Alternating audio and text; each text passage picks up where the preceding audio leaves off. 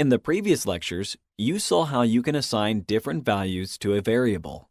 In this lecture, you will see values act as the most basic or primitive data elements necessary to form not only variables, but any expressions.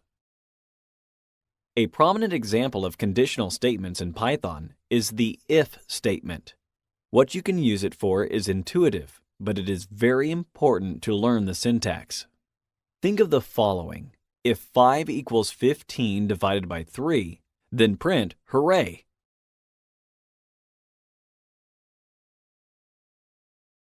First, don't forget we should use the double equality sign here, because we are checking whether 5 is equal to 15 divided by 3, and we are not assigning the value of 15 divided by 3 to be 5.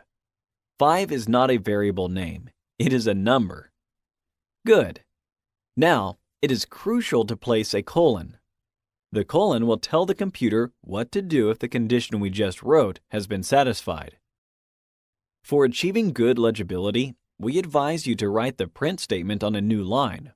Please remember, it should be indented. Otherwise, you will run into an error. All right. Now this should work correctly. Yes, 5 is equal to 15 divided by 3. Hooray! Will it work if we check for 5 being equal to 18 divided by 3? It is not supposed to since 5 differs from 6. We got nothing because we have not told the machine what to do if the provided condition is not satisfied. So, there is no reason for the machine to print out hooray. The graph could help you imagine the process of the conditionals. Before it displays the outcome of the operation, the machine follows these logical steps. If the conditional code is not to be executed because of the if condition is not true, our program will directly lead us to some other output, or, as it is in this case, to nothing.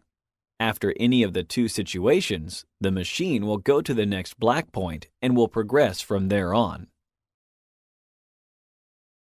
Let's try with an inequality sign, which can be written with an exclamation mark and an equal sign. Isn't 5 different from 3 times 6? Yes, it is. It is true that it is different.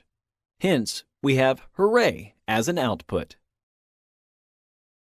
This was a brief introduction to if statements. This logic will help you proceed to the next lecture, where we will complicate things a little bit, but not too much. Thank you for watching.